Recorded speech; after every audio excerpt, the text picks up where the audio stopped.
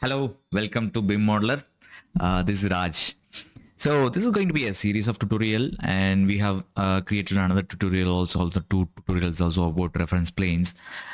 This is going to be in deep about the Revit families. We have more parametric families creations in the playlist, but there are minute details that are missing in family creations. Many people are missing them.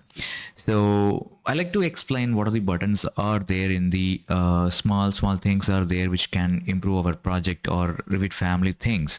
So in this case, let's say if you are selecting families, and while selecting there are many templates.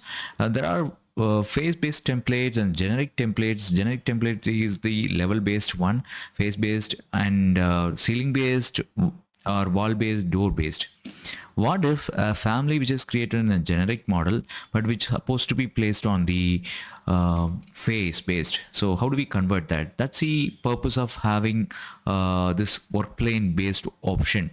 So you'll have this option. You can use this. For example, if I go back to the family that I opened, if I change this as a work plane based, no reason to change it, but I'm just taking this option.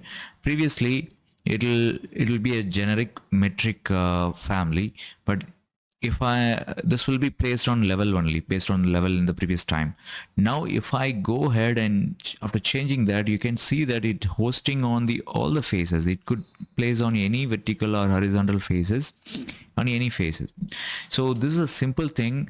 If you are taking any of the family by mistake, generic model family, and later if you wanted to change them as a face based family, you can do it. Not as a wall or not as a ceiling based, but you can change them as a face based, and you can place it on the ceiling as well, as you know. So I can place it any surface that I wanted to place them. This is the one tool that we discussed, and there are another tutorials that I'm going to create one by one after this for always vertical and other properties that we have related to the families. So do follow and like it. And I know there is a new tool called Hype in YouTube.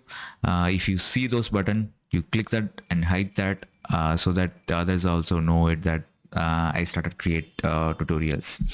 Thank you so much for watching. See you on the next tutorial.